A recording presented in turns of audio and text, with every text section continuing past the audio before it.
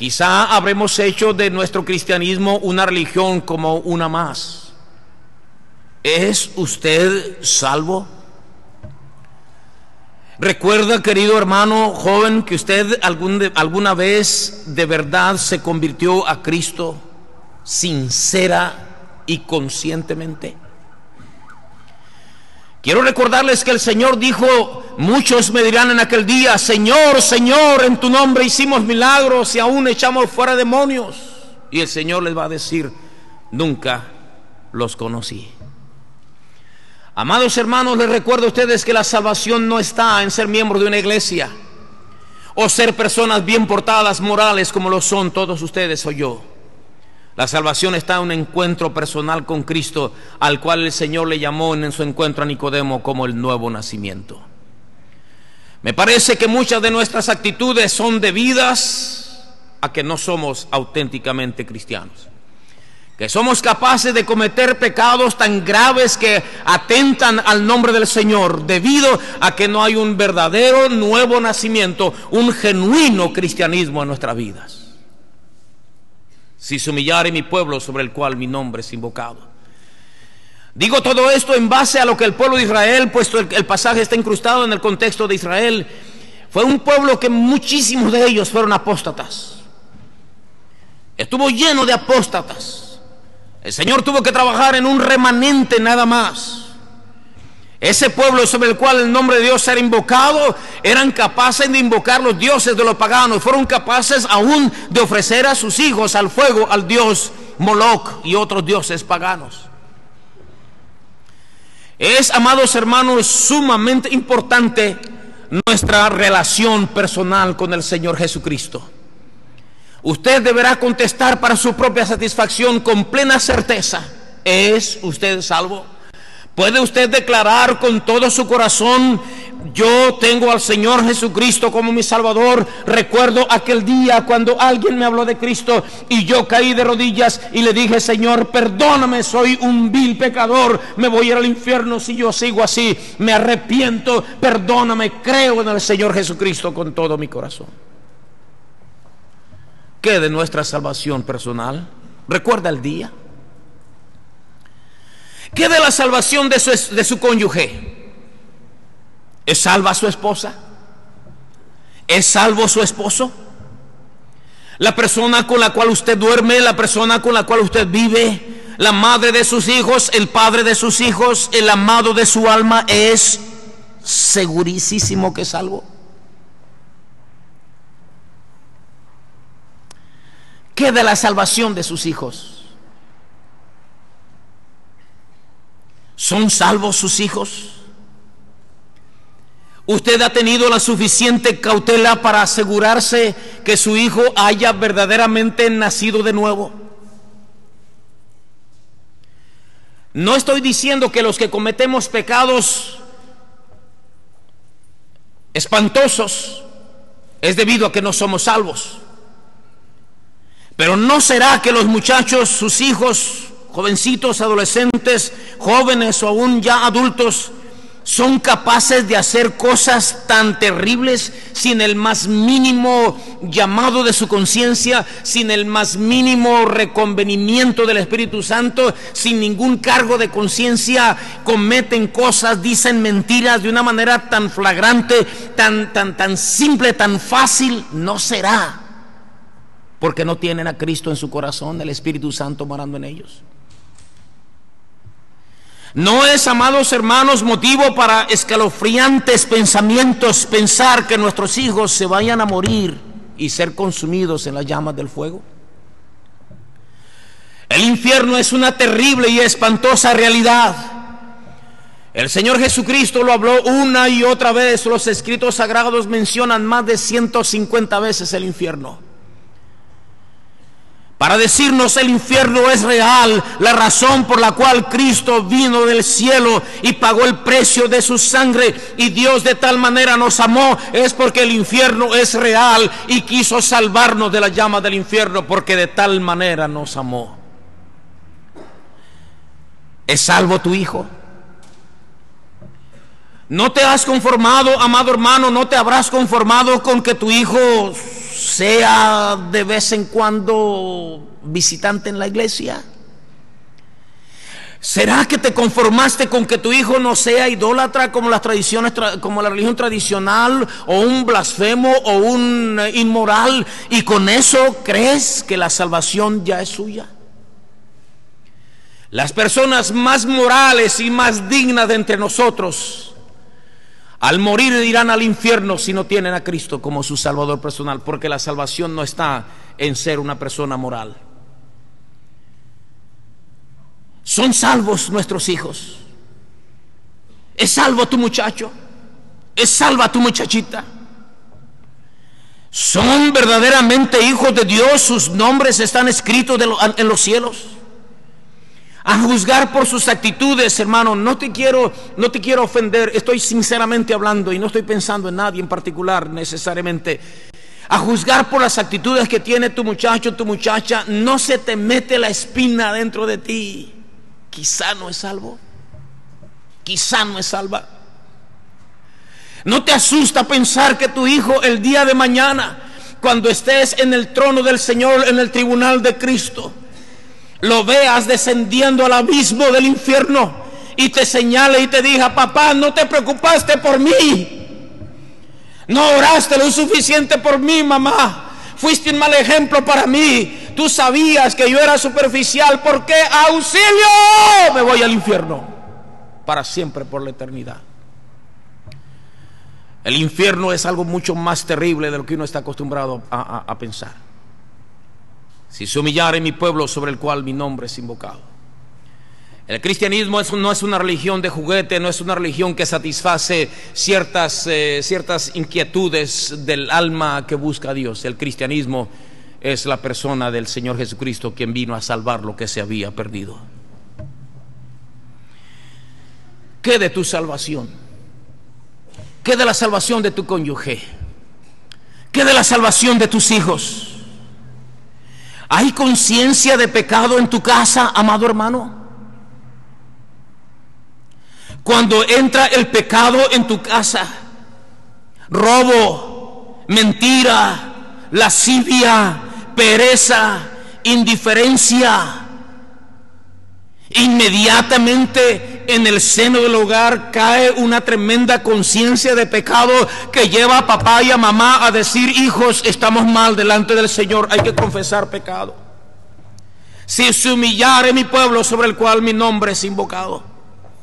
¿Hay conciencia de pecado en tu casa? Permítame, por favor, por unos minutos meditar con usted en Éxodo 20. Vayan todos, por favor, a Éxodo 20. Y leeremos los versículos que contienen los 10 mandamientos, la ley de Dios. La Escritura dice que la ley ha sido nuestro ayo para llevarnos a Cristo. La Biblia dice que la ley nos exhibe como pecadores para hacernos sentir la necesidad de un Salvador. La ley nos hace saber lo negro y terrible que es el pecado. Los 10 mandamientos nos hacen ver que lo que hacemos nosotros es terriblemente pecaminoso y ofende a Dios y nos lleva a la condenación del infierno. Es necesario, hermanos, que nosotros seamos conscientes de lo que es el pecado, lo grave que es el pecado, lo terrible que es, para que dejemos de celebrar cuando nuestros hijos dicen esas mentiritas blancas y se les salen esas blasfemias de sus bocas y son capaces de robar y traerse cosas de donde no deben, y son capaces de decir cosas en contra de Dios y de las cosas de la Biblia con una ligereza tremenda. Deberíamos, hermanos, ser más conscientes de la ley de Dios. Dice la Escritura, Éxodo 20: no tendrás dioses ajenos delante de mí. Primer mandamiento. Oh, pastor, yo no tengo dioses, yo ya me dejé de esas cosas. Y a veces queremos creer que los dioses de los cuales la Biblia hace referencia son solamente aquellos que tienen la religión tradicional, vírgenes y santos a los cuales veneran. Pero me temo, hermanos, que muchas cosas se han metido como dioses en nuestras familias, en nuestros hogares. Todo aquello que toma el lugar de Dios, todo aquello que roba nuestra admiración para venerarlo, todo aquello que toma el lugar de nuestros pensamientos, de nuestra meditación, de nuestros anhelos, son dioses falsos que se han metido en nuestros hogares. Estoy hablando de los deportes, estoy hablando de la farándula, estoy hablando del amor al dinero, estoy hablando del estudio, estoy hablando de aquellas cosas que nuestros muchachos los tienen verdaderamente embelesados. No tienen allí imágenes de los dioses antiguos, no tienen allí imágenes de las deidades de los dioses de la religión tradicional, pero tienen al deportista y su anhelo es ser un deportista como él, y quieren ir y quieren llegar a tener esas habilidades, y tienen a un artista y quieren ser como él y tener esa fama y ese dinero, y quisieran ir a Hollywood y quisieran tener mucho dinero para ir a conocerlos y gritar como todos en frenesí cuando lo vean y besarle la mano. Esos son dioses. Los muchachos se interesan más en los dioses falsos que en el Dios vivo y verdadero. La Escritura dice: no tendrás dioses ajenos delante de mí. Así dice la ley de Dios. Y la ley de Dios es condenatoria, te conduce a la misma desgracia de la condenación. Y luego Cristo entra al rescate. Pero no vamos a ser conscientes de la salvación si primero no somos conscientes de la gravedad del pecado. El segundo mandamiento dice: no te harás imagen ni ninguna semejanza de lo que esté arriba en el cielo, ni abajo en la tierra, ni en las aguas debajo de la tierra. No te inclinarás a ellas, ni las honrarás. Porque yo soy Jehová tu Dios fuerte, celoso, que visito la maldad de los padres sobre los hijos hasta la tercera y cuarta generación de los que me aborrecen. Y acuérdese usted, no estamos hablando de las vírgenes y los santos de los paganos, estamos hablando de los dioses que se han metido en nuestros hijos, que nos han robado el corazón para volverlo al corazón, para volverlo hacia los ídolos.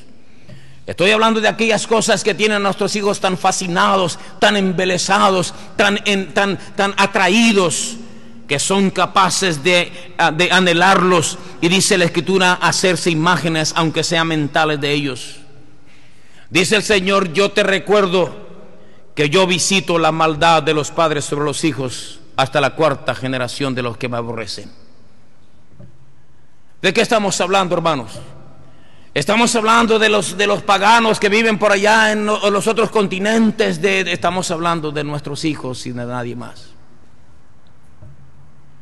Estamos hablando de la importancia de que mi pueblo se humille, dice el Señor, para yo poder bendecir y sanar su tierra. Estamos plagados de pleitos familiares, plagados de divisiones, plagados de montones de cosas en nuestros hogares, y no estamos viviendo la vida cristiana que honra al Señor, dispuestos a sufrir por Cristo, a pasar lo que sea necesario por Cristo. Queremos una vida cómoda donde Dios nos bendiga y tengamos toda clase de bendiciones materiales para poder decir así: mira, Dios nos da una vida bien plena aquí, pásatela con nosotros, que la vida cristiana es de un lecho de rosas, cuando no es así. Cristo dijo: en el mundo tendréis aflicción. El cristiano es uno que sabe que este mundo no le pertenece, no somos de aquí. No hemos venido para disfrutar de este mundo, hemos venido aquí para honrar al Señor. Nuestro mundo, si me permite la palabra, nuestra vida está mucho más allá. Dice la Escritura que aquellos que vivieron por la fe no recibieron lo prometido en esta tierra. Lo miraban de lejos y lo saludaban sabiendo que les esperaba un galardón. Tenían puesta su mirada en el galardón. El siguiente mandamiento dice así: no tomarás el nombre de Jehová tu Dios en vano. Y luego sentencia y dice: porque no dará por inocente Jehová al que tomare su nombre en vano. Tomar el nombre de Dios es algo tan fácil y tan ligero hoy en día. Usamos el Dios mío, Dios bendito, Padre Santo con una ligereza tan tremenda. Lo mezclamos con maldiciones o lo igualamos a una maldición, a una expresión común y corriente. Lo mismo decimos una majadería, lo mismo que decimos un Dios mío. Dice el Señor: no voy a tener clemencia por eso. No daré por inocente al que tome mi nombre en vano. A veces cantamos los himnos de una manera tan indiferente, tan santo, santo, santo, usando el nombre de Dios en vano, porque no estamos conscientes de su santidad. Si nos exhibimos a la luz de la ley de Dios, hermanos, tendremos que reconocer que somos hallados faltos. Si nos ponemos al espejo de la ley de Dios, de la justicia, de la santidad de Dios, somos hallados faltos. No tomarás el nombre de Jehová tu Dios en vano. Nuestros hijos deben saber que el nombre de Dios es un Dios temible, digno de toda reverencia. El siguiente mandamiento dice: acuérdate del día de reposo para santificarlo, y habla del día del Señor. Le ponemos toda clase de excusas, de pretextos al día del Señor. La adoración al Señor en su día, hermanos, es para cuando tenga tiempo y nuestros hijos vienen a rastras y con dificultad y llegan tarde con una gran indiferencia, deseando que el culto ya haya avanzado mucho para que le falte poco, y que vaya a venir un predicador que no predica tan largo y que por favor no esté tan aburrido, y ojalá metieran himnos más contemporáneos y batería para que estuviera más nice, haciendo del día del reposo una profanación. ¿Dónde está nuestra vida espiritual? Necesitamos hacer conciencia, mis amados hermanos, de nuestra condición. Si se humillare mi pueblo sobre el cual mi nombre es invocado. Eso habla de una tremenda conciencia de la realidad espiritual en la que vivimos nosotros. Dice el versículo 12, quinto mandamiento: honra a tu padre y a tu madre para que tus días se alarguen en la tierra que Jehová tu Dios te da. Esa expresión dice: si no honras a tu padre y a tu madre, yo te mato. Para que tus días se alarguen sobre la tierra. Y dice, si no, es decir, si no lo haces, tus días se van a cortar. Eso quiere decir, yo soy capaz de quitarte la vida. El Dios que nos dio la vida nos la puede quitar. ¿Saben en qué contexto? Ahí está: honra a tu padre y a tu madre. Los muchachos se vuelven contra su padre y su madre con una tremenda libertad. Los amenazan, los desprecian, les hacen ademanes, les alzan la voz a su papá y a su mamá. Y si bien es cierto, muchas veces los padres provocamos eso, eso no justifica. Si es cierto que los padres somos muy necios y somos muy insensatos y los provocamos a ira, de ninguna manera eso justifica a ningún joven, ningún niño, ninguna señorita a levantarle la voz a su padre y a su madre. Dice el Señor: ¡hónralos! Mis amados hermanos, las actitudes de esos muchachos y muchachas, esa desobediencia que hacen tan descarada, perdóneme esa palabra, no encontré otra de momento, ¿no será que su hijo verdaderamente no ha nacido de nuevo? ¿Te respeta tu hijo por temor a Dios? Por temor a su Señor y Salvador, ¿él se esfuerza por hacer las cosas que sean agradables delante de Dios, o le importa poco? Honra a tu padre y a tu madre para que tus días se alarguen sobre la tierra que Jehová tu Dios te da. El mandamiento que sigue en el versículo 13 dice: no matarás. Ese es el sexto mandamiento: no matarás. El Señor Jesucristo dijo que a una persona que odia es lo mismo que el asesinato. Somos tan fáciles de guardar rencor y de desear el mal a otra persona. Ojalá se muera para que se le quite, y el día que se muera yo no me voy a poner triste por eso. Está infringiendo el sexto mandamiento: no matarás. El Señor Jesucristo hizo de los mandamientos algo mucho más relevante. No es que Él los duplica, lo que el Señor hace es exhibirlos tal como son. Él dijo: has oído, no codiciarás, no adulterarás. Yo digo que si miras a una mujer para codiciarla, ya adulteraste con ella. Está diciendo, el mandamiento es mucho más grave de lo que tú lo ves. No matarás. Muchas veces, hermanos, podemos decir, ninguno de nosotros, por supuesto, hemos asesinado a nadie. Pero muchas veces, hermanos, estamos cometiendo el mismo pecado porque deseamos el mal a las personas, aún a nuestros seres queridos. Que Dios tenga misericordia de nosotros. No cometerás adulterio, versículo 14, séptimo mandamiento. El Señor Jesucristo dijo: cualquier pensamiento lascivioso es igual que cometer adulterio. Y créame, amados hermanos, que no hay hombre aquí que no seamos culpables de esto. Nada lo justifica. Las modas modernas que traen, verdad, a la sociedad, y aún las mismas hermanas de la iglesia, no justifica que nosotros tengamos un pensamiento lascivo en nuestra mente. Que Dios nos ayude. Pero muchas veces cometemos adulterio mental de la misma gravedad que la sentencia de Dios. Si queremos una vida espiritual verdadera, una relación con Dios verdadera, tenemos que enfrentarnos con la ley de Dios, con las cosas que son de Dios. Hemos tratado de minimizar la importancia de la santidad de Dios, la justicia de Dios, y nos hemos refugiado en que Dios es bueno y Dios es paciente y Dios es misericordioso, y se nos olvida que Él es justo y recto y 3 veces santo. No hurtarás, versículo 15. No hurtarás. Oh, yo no he asaltado a nadie, no le he robado un carro a nadie, no he robado un banco, no me meto a las tiendas con mano armada, pero muchas veces robamos. No necesitamos robar una gran cantidad de dinero. Si un lápiz que encontramos allí que le pertenece a otra persona y yo me lo llevo, ya soy ladrón. Y estamos infringiendo la ley de Dios. Robamos en el diezmo, robamos cuando le quitamos el tiempo al patrón que nosotros le dijimos que le íbamos a trabajar esas 8 o 10 horas y evadimos nuestra responsabilidad. Somos un montón de gente que roba. Tratamos de hacer el menor esfuerzo para nuestra comodidad y estamos infringiendo la ley de Dios. Todo esto nos hace ver la gran impotencia que tenemos nosotros para satisfacer la justicia de Dios si no es en Cristo nuestro Señor y Salvador. Y eso hace más importante el amor a Dios y el ser más semejantes a Cristo y vivir una vida cristiana verdaderamente como el Señor lo implica.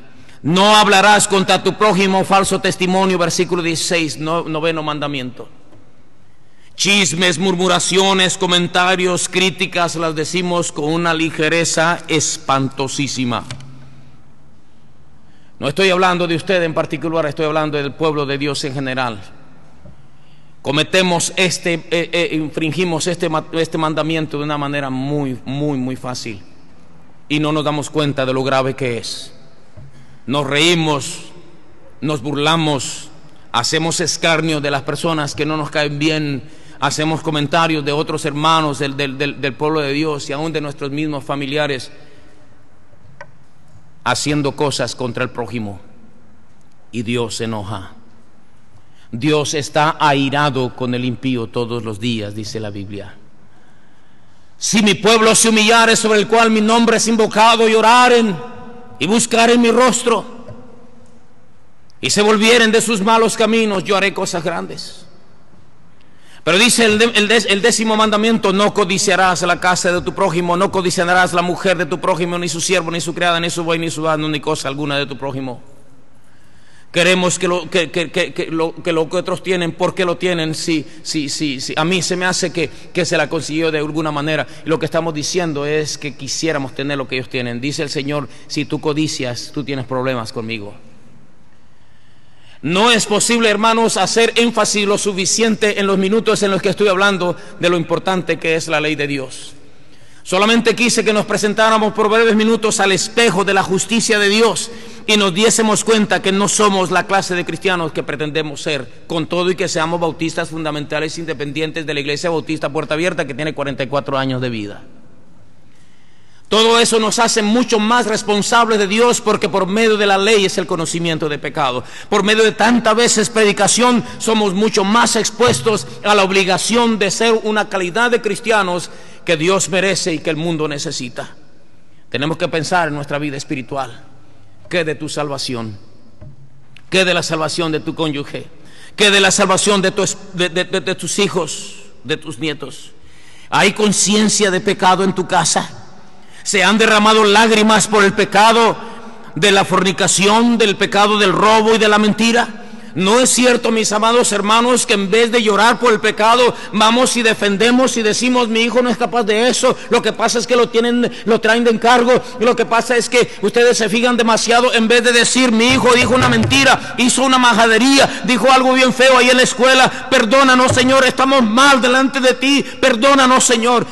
Y en vez de ir a cometer mayores pecados y hablar del prójimo y de codiciar, de hacer una serie de cosas en contra del nombre de Dios, debiéramos ser mucho más humildes y reconocer nuestro pecado. Dios sanaría nuestra tierra. Sí, mis amados hermanos, hay convicción de separación del mundo para Dios en tu persona y tu familia. Hay convicción de pecado. ¿Estamos ustedes y yo lo suficientemente enterados de que Dios es santo y que este mundo no tiene ninguna cosa que ofrecernos? ¿Hay convicción de pecado? Hay que pensar en nuestra verdadera condición espiritual, como personas, como familias. Es necesario pensar en nuestra verdadera condición espiritual como iglesia. ¿Hay fervor en nuestra asistencia? Yo me preguntaba, ¿soy un cristiano del cual el Señor se agrada de mí como cristiano, como siervo, como predicador, como pastor de una iglesia tan preciosa y tan conocida? ¿Hay fervor en mi predicación, mi enseñanza, mi manera de cantar, o soy un témpano? ¿Somos capaces de orar con la seguridad de que Dios escucha nuestras oraciones? ¿O somos un cristiano promedio, común y corriente como la inmensa mayoría? Cuando venimos a la iglesia podemos decir, voy a la iglesia, voy a estar en la iglesia, qué bendición, voy a estar y voy a cantar y ojalá que Dios bendiga al pastor y al maestro y nos enseñen muchas cosas bonitas. Vamos a ver, vamos aprendiéndonos el versículo. O venimos arrastrando los pies con una simple rutina de venir a la iglesia como cuando éramos tradicionalistas. ¿Hay fervor en tu corazón? No pienses en otro, piensa en ti. Yo pienso en mí. ¿Hay fervor en tus cánticos?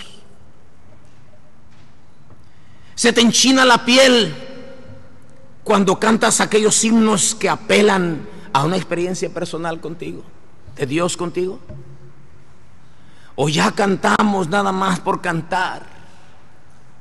¿Verdad, mis amados hermanos, que nos falta mucho? ¿No debiera, amados hermanos, haber una conciencia de pecado cuando alguna muchachita cae en fornicación, cuando una pareja sabemos que se está divorciando y separando? ¿No debiera la iglesia caer de rodillas? Señor, perdónanos. ¿Qué estamos haciendo? ¿En qué he fallado yo? Me pregunto como pastor, pero no es el pastor el único. ¿En qué hemos fallado cada uno de nosotros para que la iglesia no sea una iglesia santa y se meta al pecado con una facilidad tan tremenda? ¿Hay fervor en nuestros cultos? ¿Hay verdadero y genuino interés? ¿Hay interés verdadero en las almas? Nos gozamos cuando un visitante viene como un potencial verdadero para ser una alma más arrebatada del infierno para el reino de Cristo. No para que venga a ser más multitud y crezca más la iglesia. Mucha gente está viniendo para que se sepa que somos muchos y le vamos ganando a todos los demás. Sino para que digamos, hay una alma preciosa más que mi Cristo, mi Señor que me salvó, ha salvado, también lo puede salvar. Oramos por los inconversos. Deseamos que vengan a la iglesia no para que se llene el santuario, sino para que se aumente el reino del Señor. Hay interés en las almas. Una persona acepta al Señor Jesucristo como su Salvador, ¿y qué hacemos? ¿Quién sabe si será sincero? ¿Quién sabe? Hasta interrumpimos al consejero o consejera a veces, dándole muy poco interés al valor de una preciosa alma por la que Cristo murió. ¿Hay fervor en nuestras oraciones, amados hermanos? ¿Nuestras oraciones traspasan este techo? Es menester que el que ore a Dios crea que le hay. El que se acerca a Dios crea que le hay y que es galardonado de los que le buscan. ¿Hay conciencia de un infierno real en tu mente? Vivimos como iglesia en la conciencia de que tenemos una tarea que hacer. Almas se están yendo al infierno real y muchas de esas almas son nuestros amigos, nuestros seres queridos, quizá nuestros hijos, nuestros vecinos. ¿Hay un genuino amor por Cristo? ¿Hay un deseo verdadero de ser más como Cristo? Si se humillare mi pueblo sobre el cual mi nombre es invocado. Si se humillare mi pueblo sobre el cual mi nombre es invocado. Y oraren. Y oraren. Primero, amados hermanos, es necesario arrepentimiento humilde y profundo. Me pregunto, hermanos, si el exhibirnos a la ley de Dios y el trabajo del Espíritu Santo en nosotros hasta este punto de la predicación ha sido suficiente como para decir, Señor, yo tengo que arrepentirme yo quiero pedirte perdón por mí mismo, por mi familia, de quien soy responsable. Si se humillare mi pueblo. Y eso lo dijo el Señor hablando con Salomón respecto de cuando el pueblo fuese dañado por haberse alejado de Dios. Escúcheme, hermano, déjeme insistir un ratito. ¿Está usted contento cómo van las cosas en su familia? ¿Está usted contento cómo van las cosas en la iglesia? ¿Verdad que hemos fallado? Nuestros hijos no tienen por qué ser groseros. Nuestra esposa no tiene por qué ser una chismosa peleonera. El marido no tiene que ser indiferente y blasfemo y haragán. No tiene por qué haber pleitos y disensiones entre nosotros, y si las hay, no tienen por qué perpetuarse, no tienen por qué durar. Nuestros hijos bien pueden ser provocados y nosotros también, pero somos vencedores en el Señor Jesucristo. Nuestras muchachitas no tendríamos que estar batallando con ellas por la manera en la que se visten, por la manera en la que hablan. Nuestros muchachos tampoco. No estaríamos batallando con su manera y su apariencia, porque verdaderamente amarían al Señor Jesucristo. Serían capaces de detectar el peligro del Facebook, del Twitter. Hermanos y hermanas, esposas de pastores, pastores, obreros, obreras, se pasan el día entero en Facebook, parece que no tienen nada que hacer. Y yo, cuando me entero de eso, me pregunto y digo, ¿qué estoy haciendo como pastor? ¿Qué estoy haciendo? ¿Estoy enseñando qué? ¿En qué estoy entreteniendo a la congregación para que no nos demos cuenta del error de nuestros caminos? Publican las fotografías de cuando andaban en la playa, de que estoy haciendo esto, gente que lo único que piensa es que no tienes nada que hacer. ¿Qué pasa con tus hijos? Con razón tu esposo, tus hijos andan como andan, tu esposa andan como andan. Hemos sido dañados. Hemos sido dañados. El mundo y la ciudad de Tijuana con su ímpetu mundanal ha afectado a la congregación y las familias que la conformamos. Pero si se humillare mi pueblo, si se humillare mi pueblo, ¿estarías dispuesto de llegar hasta las lágrimas para pedir el perdón de Dios? Porque dice, y oraren buscando mi rostro. Oh, amados hermanos, necesitamos oración sincera, profunda y constante. Oración personal, oración familiar y oración congregacional. ¿Oras a Dios? La mayoría de los cristianos me temo que oramos de una manera tan rutinaria. No aguantamos ni un par de minutos porque las rodillas nos duelen debido a la falta de costumbre de estar de rodillas. Porque de rodillas es cuando muchas veces tenemos que orar. Vivo yo, dice el Señor, que ante mí se doblará toda rodilla. ¿Oras? ¿Pasas tiempo orando de verdad? ¿Son tus problemas presentes delante del Señor en toda oración y ruego con acción de gracias, como dice la Escritura? Hermano, ¿sabes orar? ¿Has sido capaz de presentarte delante del Señor para llevarle tus cargas, tus peticiones, tus necesidades, tu pecado, tu arrepentimiento? ¿Has llorado delante de Dios diciéndole, Señor, no puedo vencer este pecado, no puedo controlar a mis hijos, Señor, si tú tuvieras misericordia? ¿Has orado? Si se humillare mi pueblo sobre el cual mi nombre es invocado, y oraren y buscaren mi rostro. ¿Oras en la familia? ¿Oras con tu familia? ¿Oras con tu esposa? ¿Oras con tus hijos? Y oraren. Sí, oraren. ¿Cuándo fue la última vez que tú y tu familia se arrodillaron juntos para orar? Los 3, los 4, los 5, los que sean. Y aún hasta el más chiquitito supo orar. Qué momentos tan deliciosos son aquellos cuando uno ve a los hijos orando, diciendo con su corazón tan inocente e ingenuo las cosas que sienten en su pecho. ¿Has orado en la familia?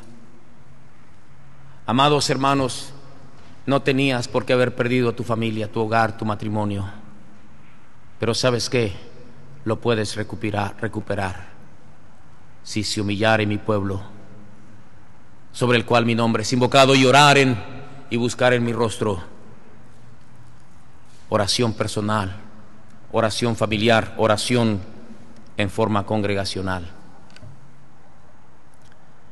Cuán pocos son los hermanos que de alguna manera están envueltos en la oración de la iglesia. Somos una tremenda minoría los que venimos a orar. La iglesia tiene que ser una iglesia que ore. Hermanos, si toda la iglesia, todos y cada uno de los que venimos a esta congregación orásemos, si nuestros servicios de oración fuesen tan concurridos como es una carne asada o un día de fiesta, si ese viernes de oración la mitad de ustedes diría, yo sí puedo ir, la mitad dicen, no puedo ir, pero de poder yo estaría allí, pero voy a ir el martes, pero voy a ir el sábado en la mañana. Yo quiero hacer un llamado a ustedes para que vengan al servicio de oración, ya sea los martes a las 7, los jueves a las 10 con las samaritanas, los martes a las 5 con las damas, los viernes a las 6:30 con la iglesia, los sábados 6 de la mañana con los varones. Y quiero pedirle a los jóvenes que comiencen reuniones de oración también. La iglesia necesita orar como iglesia, porque muchas cosas desde hace mucho tiempo, como en todo el pueblo de Dios desgraciadamente está pasando, nos están sucediendo. Tenemos necesidades económicas, pero eso es lo menos. Los hogares están desanimados, hermanos se ausentan con una tremenda facilidad, los jóvenes están siendo perdidos, estamos perdiendo en las generaciones que vienen detrás. Pero si mi pueblo se humillare y orare y buscar en mi rostro, ¿no te propondrías en tu corazón, hermano, hacer algo un poquito más? En vez de confiar que otros oran por ti, tú dices, yo vengo para orar por los demás y no solo por mí mismo. Y dice, si se convirtieren de sus malos caminos. Ahora el Señor pide un cambio completo en la forma de vida. Si se convirtieren y se volvieren de sus malos caminos, si pararen, si dijeren, ya hasta aquí, ya no más, ya voy a parar esa fornicación que estoy haciendo con mi novio, con mi novia, ya voy a parar, eso está ofendiendo a Dios. Ya no voy a volver a maldecir, ya no voy a volver a amenazar, ya voy a dejar esa televisión, esas novelas, esas películas y esa forma de vida y esas amistades. Ya, eso me está haciendo daño. Si se convirtiera mi pueblo de sus malos caminos, dice el Señor. He requerido, hermanos, un cambio completo en la forma de vida. Para ya de echar culpas a los demás por la condición que tiene tu familia, y seamos lo suficientemente capaces que quienes llevan la responsabilidad somos cada uno de nosotros en lo particular. Si se humillare mi pueblo sobre el cual mi nombre es invocado, y oraren y buscaren mi rostro, y se convirtieren de sus malos caminos. Para ya esos vicios, arranca ya esos pósters y esos contactos que tienes con amistades que te están dañando, y quema esas minifaldas y para ya. Deja la vanidad de un lado y honra a tu padre y a tu madre y honra el nombre del Señor y búscale su rostro y acuérdate de su santidad. Entonces dice el Señor, yo oiré desde los cielos y perdonaré sus pecados y sanaré su tierra. Yo oiré desde los cielos. Esa frase, hermanos, no es poética, es literal. Eso quiere decir, yo oiré atentamente. Miraré tu condición, miraré lo más profundo de tu necesidad. Yo veré lo que estás sufriendo, lo que estás batallando. Yo me encargaré de aquellas cosas que tú no puedes saber desde los cielos, es decir, con el poder que me caracteriza. Oiré desde los cielos, dice el Señor, y perdonaré sus pecados en Cristo. Gracias a Dios por Jesucristo y su sangre derramada en la cruz del Calvario y su resurrección y su intercesión continua delante del trono de la gracia.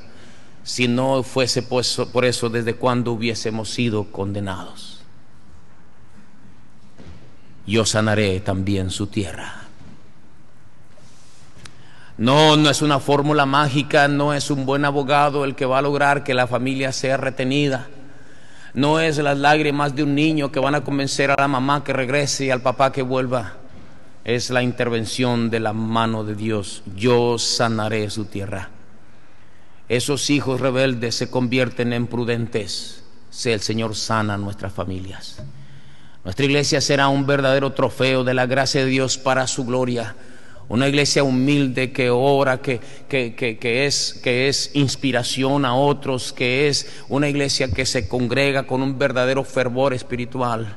¿Cómo nos hace falta eso para dejar de ser una iglesia más entre el montón? Si se humillare mi pueblo sobre el cual mi nombre es invocado, y oraren, buscaren mi rostro, y se volvieren de sus malos caminos, yo iré desde los cielos y perdonaré sus pecados y sanaré su tierra. ¿No quisieras que el Señor sanara tu tierra? Hemos sido exhibidos lo suficiente, mis amados hermanos, a la ley de Dios para darnos cuenta que no somos ni nosotros ni nuestra familia ni una sombra de lo que debiéramos ser. ¿Será que no somos salvos? ¿Será que nuestros hijos no son salvos? ¿O será que simplemente nos hemos alejado tanto que Dios para nosotros ya no es primero? Pero dice el Señor, mi pueblo sigue siendo mi pueblo, pero si ellos se arrepintieren, se humillaren, se oraren y me buscaren y se pararen de sus malos caminos, yo los sanaré, yo sanaré su tierra. Hijos rebeldes serían convertidos en muchachos y señoritas sencillos, contentos, fervientes, animados, consagrados. Separaría el matrimonio maltratado, la violencia doméstica, los problemas morales, los afanes por las cosas materiales, y un gran contentamiento con lo que tenemos reinaría en nuestras vidas, y dejaríamos de preocuparnos por tener deseos de más y más y más, y la paz del Señor y el gozo del Señor, el fruto del Espíritu, impregnaría nuestras vidas y nuestros hogares, y como consecuencia nuestra iglesia, para la salvación de mucha gente y la gloria del Señor. Si tan solo uno a uno dijésemos, yo tengo mi participación. Ahora le digo a usted, hermano, ¿qué dice? ¿Qué de esto, de todo esto, le traerá usted a este altar a rendir cuentas delante de Dios antes que tengamos que hacerlo en el tribunal de Cristo? Vamos a orar. Señor mi Dios, tengo ante mí una congregación muy noble que ha sabido por muchos años oír callados la predicación. Una congregación que yo amo con todas mis fuerzas, que me ha sabido aguantar y me ha tenido aquí por largos años.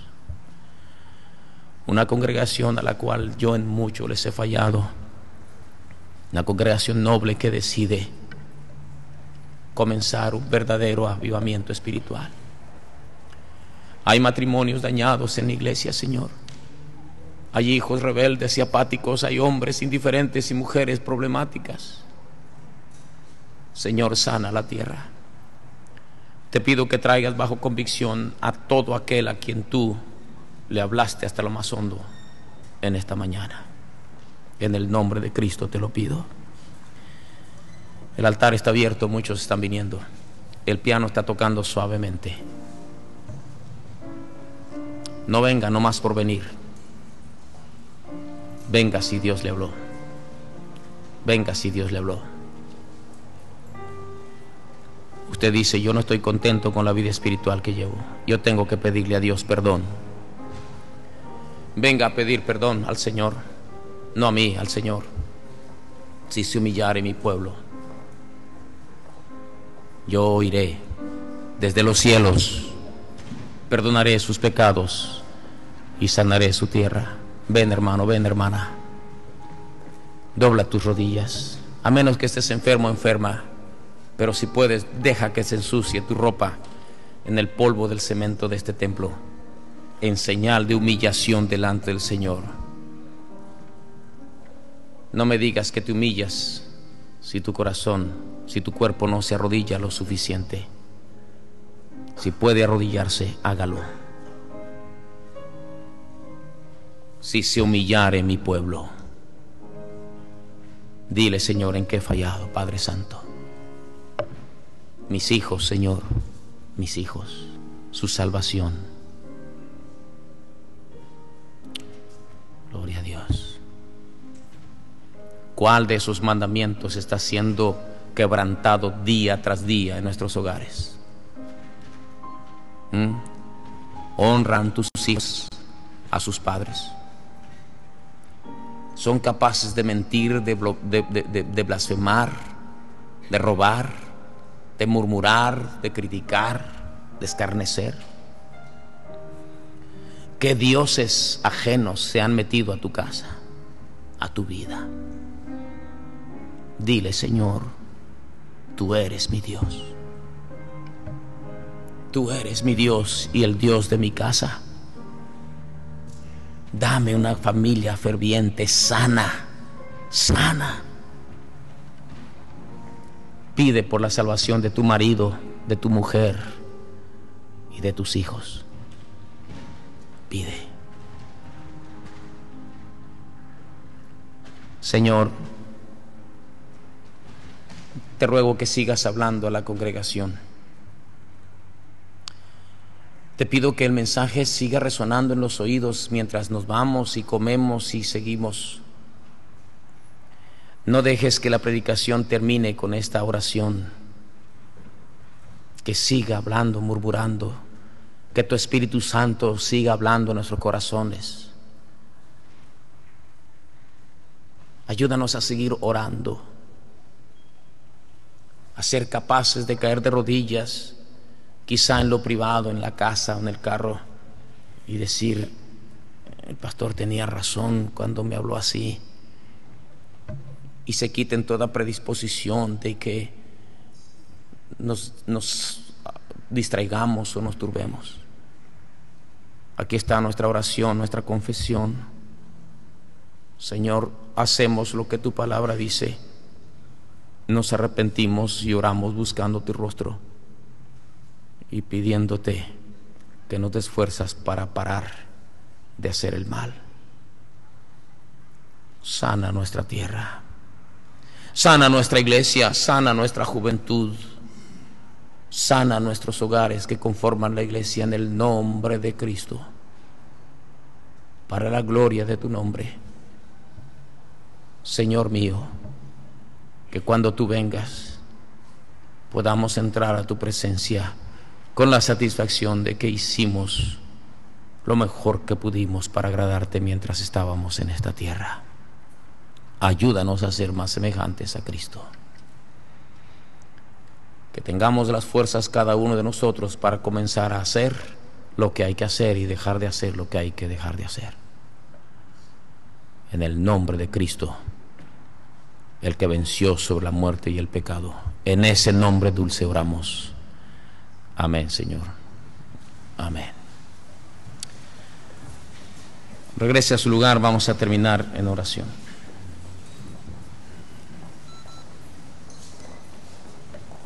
De pie, por favor, hermanos, vamos a cantar la doxología. Todos de pie, por favor. Vamos a cantar la doxología. Gloria demos al Padre, al Hijo y al Santo Espíritu. Salúdense unos a otros con fervor. Amén. Si usted tiene que irse calladita, calladito a orar a algún sitio, hágalo. No importa. Pero si usted ya arregló cuentas con el Señor, y déjeme decirle que esto es el principio de lo que Dios